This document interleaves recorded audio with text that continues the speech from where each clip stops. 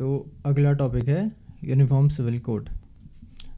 अगर आप 44 DPSP देखें आर्टिकल 44 में, तो वो यूनिफॉर्म सिविल कोड की बात करता है। ठीक है, और ये इसलिए भी इम्पोर्टेंट हो जाता है क्योंकि उत्तराखंड के जो CM हैं उन्होंने कहा है कि हम यूनिफॉर्म सिविल कोड लाएंगे। इसकी वजह से फिर से डिबेट छिड़ गई है।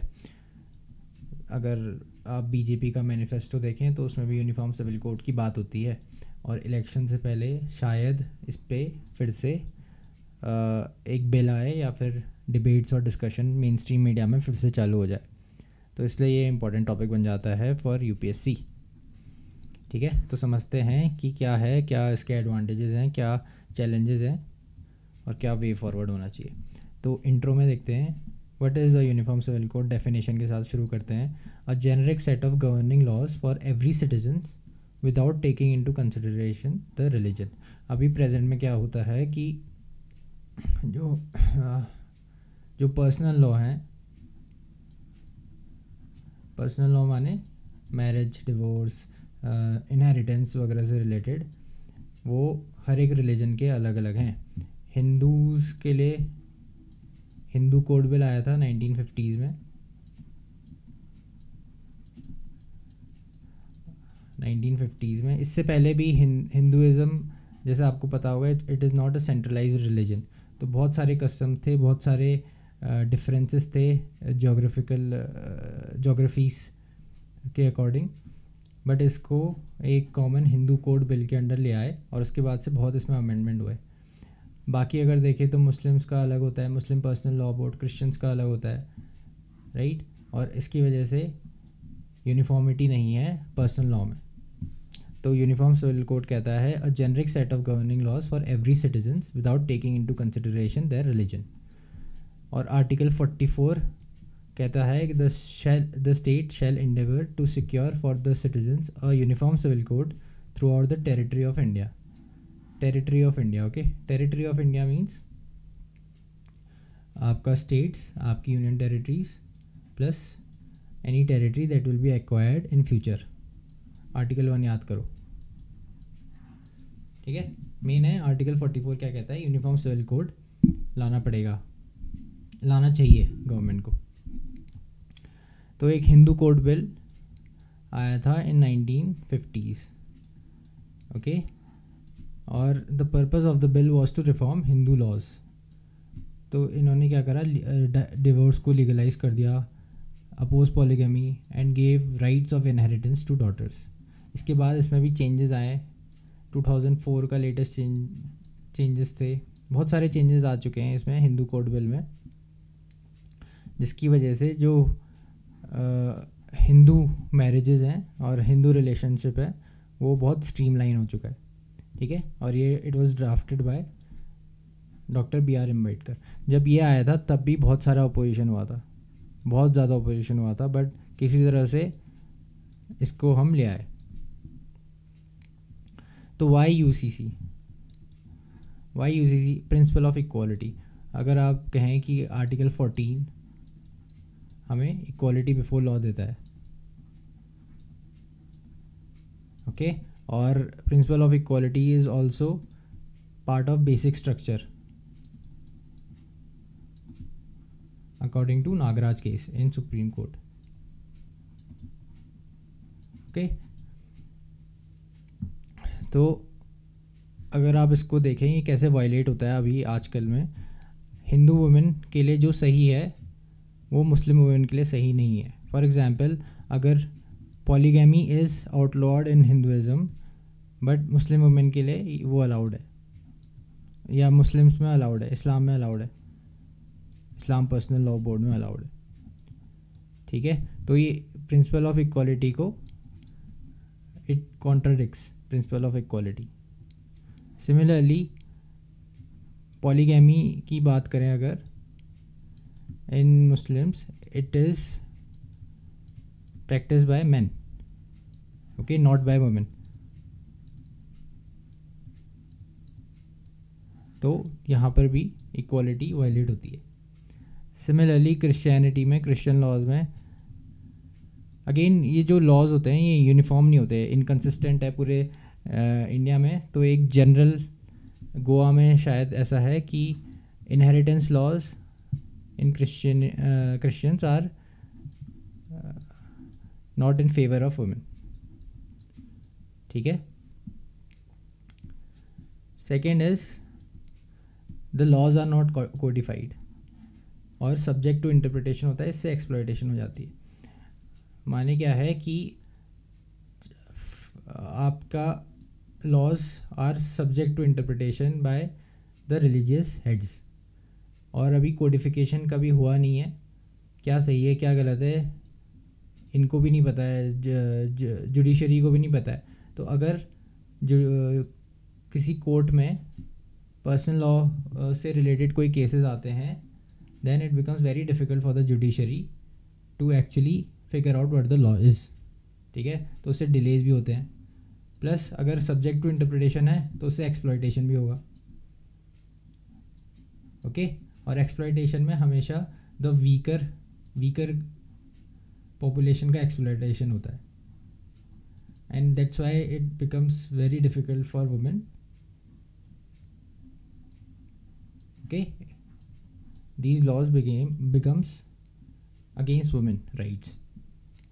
फिर तीसरा है सिंप्लीफिकेशन ऑफ लॉज। अगर यूसीसी आएगा तो it will simplify the complex laws around inheritance, succession, adoption, making them one for all.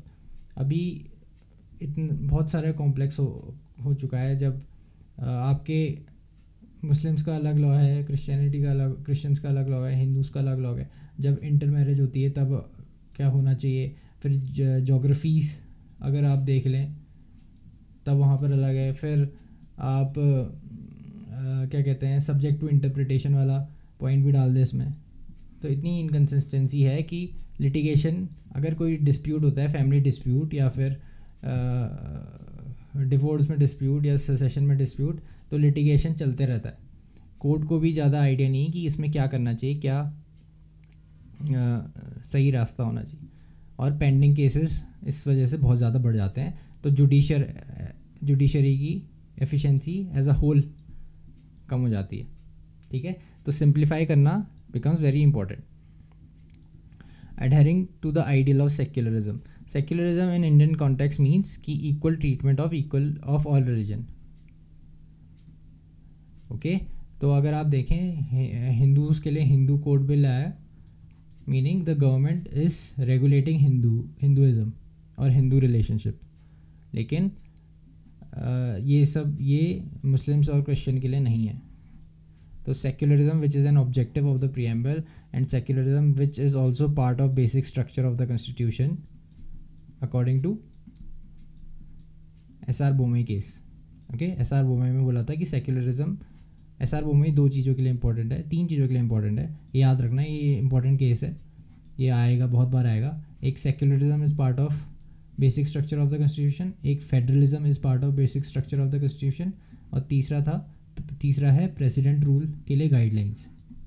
ये जब हम फेडरलिज्म वाला सीरीज़ पढ़ेंगे तब आपको बहुत सुनाई देगा एस.आर. बोमई। अभी के लिए याद रखो कि secularism is part of basic structure of the constitution, और secularism is also an objective in the preamble. लेकिन यूनिफॉर्म सिविल कोड या जो आज के लॉज हैं, they do not follow the ideals of secularism. फिर 5वां है gender justice, and this is the most important point given in favour of uniform civil code. ठीक है, अभी आप जो भी पर्सनल लॉ बोर्ड हैं आर अगेंस्ट वुमेन राइट्स, हर चीज़ से देख लें it is against women rights.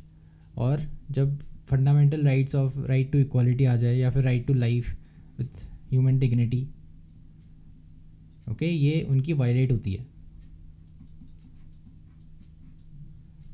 तो जेंडर जस्टिस के लिए भी यूनिफॉर्म सिविल कोड इम्पोर्टेंट हो जाता है। ये था हमारा वाई यूसीसी होना चाहिए। अब क्यों नहीं होना चाहिए, क्या इसके क्या रीजंस हैं यूनिफॉर्म सिविल कोड के ना लाने के लिए, या फिर क्या चैलेंजेस हैं। तो एक पॉइंट दिया जाता है hampering cultural diversity and multiculturalism.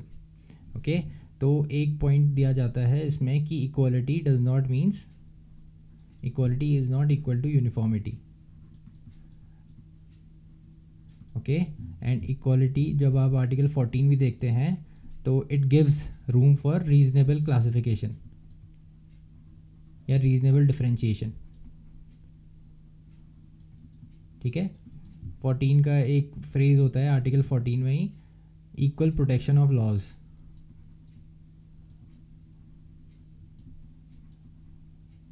Okay, तो it the constitution allows for reasonable differentiation और equal protection of laws, meaning कि बिकॉज ऑफ डिफरेंट सर्कमस्टांसेस आपके लॉज अलग अलग हो सकते हैं.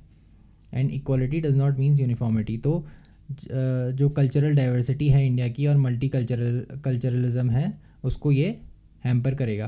क्योंकि देखो एप्रीहेंशन ये है कि जब आप यूनिफॉर्म सिविल कोड लाओगे तो it will be very similar to Hindu code bill. और ऐसा इसलिए है क्योंकि Hindu code bill was not based on ideals of Hinduism but was based on rights of individuals. Okay, Hinduism इससे हिंदू कोड बिल आने से पहले polygamy was legalised in among Hindus, और आपका इनहेरिटेंस राइट्स जो थे वो स्क्यूड अगेंस्ट वुमेन. ठीक है, जो प्रॉब्लम आज मुस्लिम पर्सनल लॉ बोर्ड में है वो हिंदू पर्सनल बिल में थी. हिंदू कोड बिल ने इसको यूनिफॉर्म कर दिया and it was based on rights of individual. तो जब आज का हम यूनिफॉर्म सिविल कोड की बात करते हैं तो वो चांसेस हैं कि वो हिंदू कोड बिल की तरह हो गए. And it is not because उसको हम हिंदुइज्म में बदलना चाह रहे हैं, it is because Hindu code bill is based on rights of individuals. Okay, और एक सबसे important point uniform civil code का यही है कि जेंडर जस्टिस और राइट्स ऑफ वुमेन को अपहेल्ड करना ज़रूरी हो जाता है. दूसरा पॉइंट इसके अगेंस्ट दिया जाता है कि violation of fundamental rights, that is article 25. Article 25 क्या कहता है कि right to practise, profess and propagate. और जो भी ये इनहेरिटेंस राइट या फिर पर्सनल लॉज हैं वो अपनी आइडेंटिटी या पावर्स रिलीजन से दे लेते हैं या रिलीजियस फिलॉसफी से लेते हैं. ओके, तो ये एक कॉन्फ्लिक्ट आ जाता है बिटवीन आर्टिकल 14 वर्सेस आर्टिकल 25. और ये सुप्रीम कोर्ट को या जुडिशरी को विल हैव टू क्लैरिफाई कि इसमें कौन प्रिवेल करेगा. तीसरा है कम्युनल अनरेस्ट. अभी आप देखें कि प्रोटेस्ट शुरू हो चुके हैं इंडिया में अगेंस्ट यूनिफॉर्म सिविल कोड, और ये एक सबसे बड़ा रीज़न दिया जाता है कि हमारा रिलीजन है, हमें अकेला छोड़ दो. ठीक है, प्रॉब्लम ये आती है गवर्नमेंट के साथ और in this age of social media कि इफ़ेक्टिव कम्युनिकेशन ही नहीं है. और जब इफ़ेक्टिव कम्युनिकेशन नहीं होता है, प्लस लॉ एंड ऑर्डर की हमारी सिचुएशन ऐसी है, जुडिशरी पे पेंडिंग केसेस हैं, हमारी पुलिस के पास उतनी मैन पावर नहीं है. ठीक है, तो लॉ एंड ऑर्डर सिचुएशन से हालात बहुत बिगड़ जाते हैं. और अगर by chance uniform civil code आया और because of social unrest uniform civil code को वापस लाना पड़ा, then it will be very difficult in the future to bring it back. ठीक है, अगर आपको पता होगा शाहबानो केस हुआ था इन 1980s में. इसमें सुप्रीम कोर्ट ने ट्रिपल तलाक को क्रिमिनलाइज कर दिया था, but because of protest the parliament overturn this judgement. उसके बाद ये ट्रिपल तलाक अभी 2019 में वॉज क्रिमिनलाइज अगेन. तो इतने साल पूरी एक जनरेशन वेस्ट हो गई बिकॉज ऑफ इनफेक्टिव मैनेजमेंट. ठीक है, तो इस वजह से ये अगर गवर्नमेंट को लगता है यूनिफॉर्म सिविल कोड लाना चाहिए, then it has to be very very careful and very clever कि कैसे कम्युनिकेट करना है, क्या मैसेज होना चाहिए अबाउट द लॉ. चौथा पॉइंट इसके अगेंस्ट आता है government too much involve in personal lives. ठीक है, तो अगर आप इसको थोड़ा सा डिटेल में समझे इस पॉइंट को, इंडिया में इंडियन हिस्ट्री में 2 फॉर्म ऑफ गवर्नेंस देखे गए हैं. ठीक है, एक अशोकन मॉडल और एक चाणक्य मॉडल. दोनों में फ़र्क समझते हैं. अशोकन मॉडल में गवर्नमेंट का इंटरफेरेंस बहुत ज़्यादा था.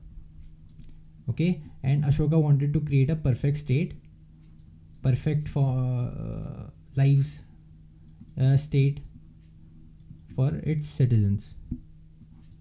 ठीक है, तो इस वजह से तो गवर्नमेंट बहुत ज़्यादा रेगुलेट करती थी कि आपको सोना कितने बजे है, आपको उठना कितने बजे है, आपको क्या खाना है, किस दिन क्या खाना है, किस दिन नहीं खाना है, राइट। इस टाइप की चीज़ें रेगुलेट करती थी।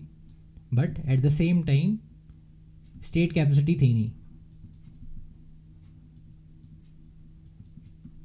To regulate this. ठीक है, और यही मॉडल फॉलो करते हैं इंडिया में आजकल। तो गवर्नमेंट जो है, ये हिंदू कोड बिल देख लें, इट रेगुलेट्स कि रिचुअल्स कैसे होने चाहिए। ठीक है, क्या या कितने फेरे होने चाहिए या फिर क्या रिचुअल्स होने चाहिए। It also tries to regulate this, जो अननेसेसरी है बिल्कुल। ठीक है, गवर्नमेंट का काम इतना नहीं होना चाहिए कि वो हर चीज़ में हमारे पर्सनल लाइफ में आ जाए। तो ये जो पॉइंट बनता है, it is a very valid concern कि अगर आप मुस्लिम पर्सनल लॉ बोर्ड को यूनिफॉर्म सिविल कोड में ला देंगे and then the government will try to regulate the practices, rituals हो गए जैसे, या फिर आपका शादी की क्या कहते हैं प्रोसीडिंग्स कैसे होनी चाहिए, सुबह होना चाहिए, रात होना चाहिए, ये सब चीज़ें रेगुलेट करने लग जाएंगी, then it will not be very ideal. Plus state capacity है नहीं हमारे पास कि ये सब करने की। ठीक है, अगर इसका अपोजिट देखें आप, चाणक्य मॉडल ऑफ गवर्नेंस में, इसमें क्या था कि स्टेट मिनिमल काम करता था। ओके, जो एब्सोल्युटली नेसेसरी चीज़ें थी वो करता था, and the state capacity state was also very strong, क्योंकि काम उनका बहुत प्री डिफाइंड था। एक फिक्स बाउंड्री थी जिसको उन्होंने डिफाइन कर दिया था कि लोगों को इससे क्रॉस नहीं करना है, इसके अंदर you are free to do whatever you want. तो इस मॉडल ऑफ गवर्नेंस में स्टेट कैपेसिटी का अच्छा यूटिलाइजेशन होता है। Okay, and it is very important, it becomes this model of governance becomes very important for country like India, जहाँ पर state capacity वैसे ही कम है। ओके, लेकिन हम Ashokan model of governance follow करते हैं हर चीज़ में, इसमें भी नहीं, इस खाली इसी में नहीं, हर चीज़ में। इस वजह से इनएफिशिएंसी बढ़ जाती है। और इसमें अगर आप यूनिफॉर्म सिविल कोड भी डाल देंगे तो सबसे पहले तो देयर इज़ एप्रीहेंशन कि government will try to regulate जो वो चीज़ें जो उनको रेगुलेट नहीं करना चाहिए।